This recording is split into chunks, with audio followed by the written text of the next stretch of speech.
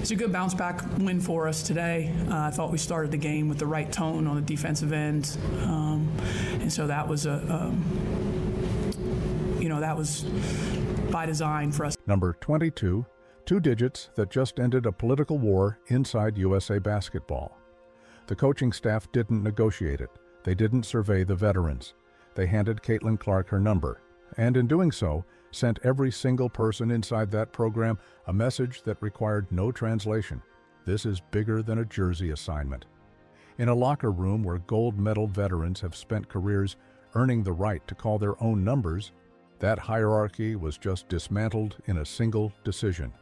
The same establishment that excluded Clark from the Paris roster, the same voices that spent a year publicly questioning whether she belonged at the elite level, now have to watch her walk into camp wearing the number she made legendary at Iowa. And here's what you're about to understand that most coverage is completely missing. That number didn't just come from the coaching staff. It came with a corporate signature attached. If this investigation is already connecting dots you haven't seen anywhere else, hit that like button, because this one runs deep and we're just getting started. Let's go back to where the fracture started.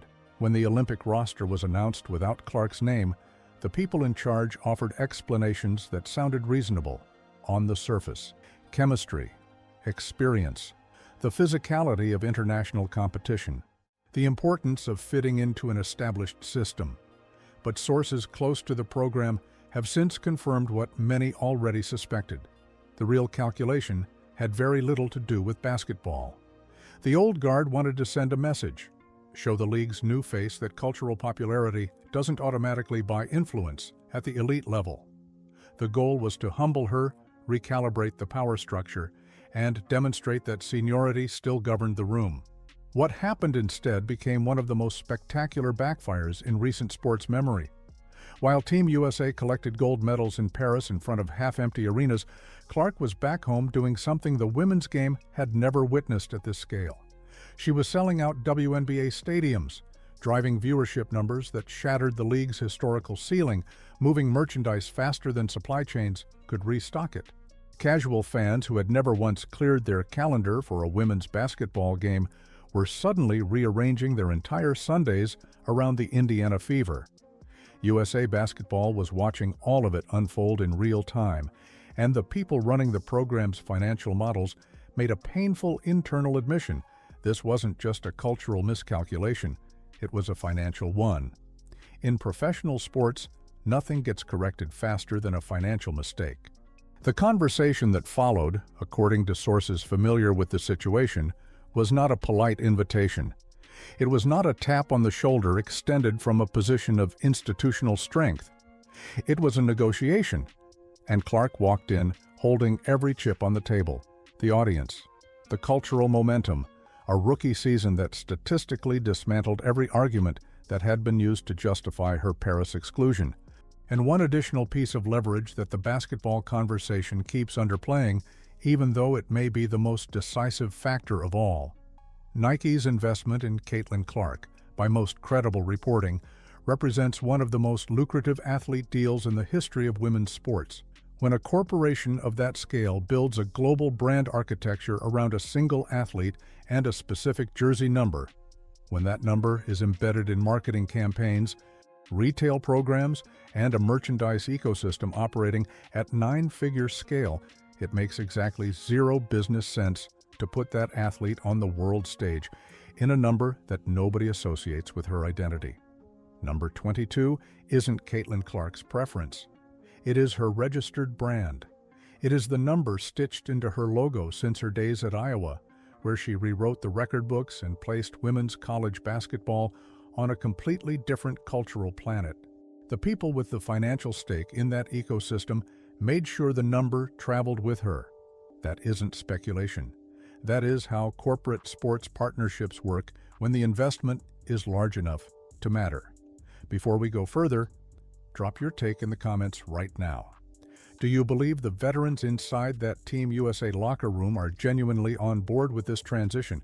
Or is this about to become the most politically charged environment in women's sports? We're reading every response because your read on the locker room dynamic is exactly where this story goes next. Now here is what makes the coaching staff's public confirmation of this jersey decision so loaded. Inside that room, there are players who spent 10 years grinding through overseas leagues, fighting for roster spots, winning gold in arenas that barely covered operating costs. They did everything the program asked, on the timeline the program set, and they watched a second-year player walk through the door and receive what a decade of service historically purchases. That friction does not dissolve because everyone is now wearing the same uniform. The evidence has already surfaced on the court. Hard fouls that crossed the line from competitive into something else. Camera angles that caught reactions in moments when players forgot the lens was rolling. Podcast appearances where decorated veterans very carefully, very deliberately, questioned whether Clark's cultural impact was being measured accurately. None of those signals were accidents, and none of them disappear with a jersey assignment. The coaching staff confirmed the number publicly anyway. That confirmation is its own message. It tells you precisely what conversations have already happened behind closed doors, and exactly where those conversations landed. They have drawn the line. They have told the room which direction this program is heading toward 2028. Get on board or get left behind. And the statistical case for getting on board is impossible to argue with. Clark led the Fever in assists during her rookie season. She shattered records that analysts assumed would stand for years. She took a franchise that entered the year projected for lottery territory and dragged it into postseason basketball on pure basketball IQ. Competitive will, and a passing range that defenses had no clean answer for. The conversation about whether she is ready for elite international competition isn't just settled, it has been archived and sealed. The 2028 Olympics in Los Angeles represent the largest stage women's basketball has ever had access to on home soil. The coaching staff is not constructing a roster around legacy. They are constructing it around what produces a dominant result in front of that audience. And the player they have chosen to build their offensive architecture around creates structural problems for opposing teams that no scheme has reliably solved. Place Clark at the point of a Team USA offense.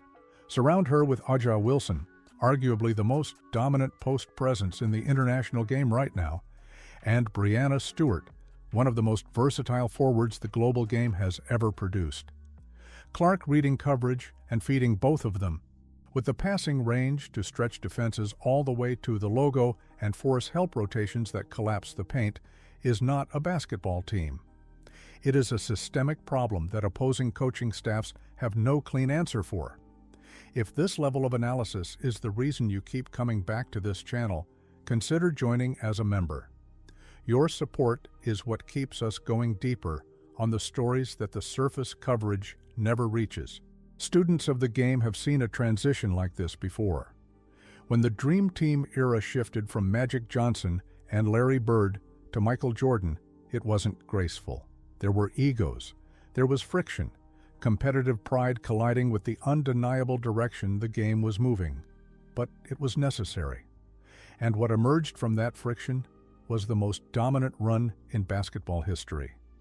We are watching the women's game's version of that exact moment unfold right now. The number on the jersey is the flag planted in the ground, the formal declaration that the era has officially changed hands.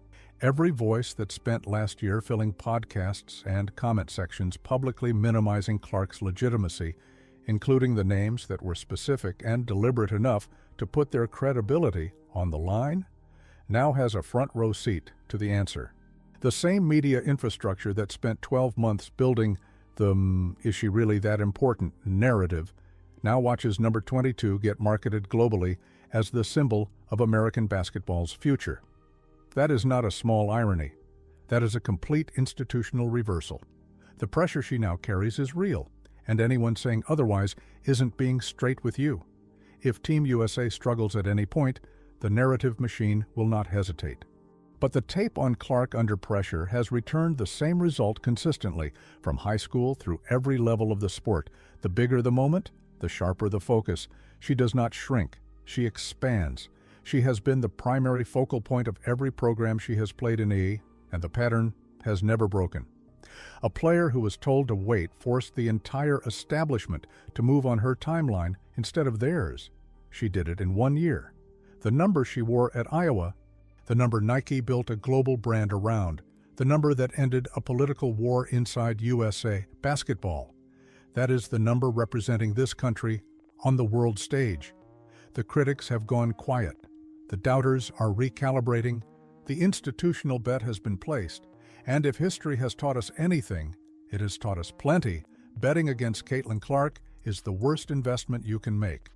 If you haven't subscribed yet, do it now and turn on notifications. Because our next video connects directly to what the veteran dynamic inside this roster means for 2028 selection decisions. And the names involved will surprise you. Don't miss it.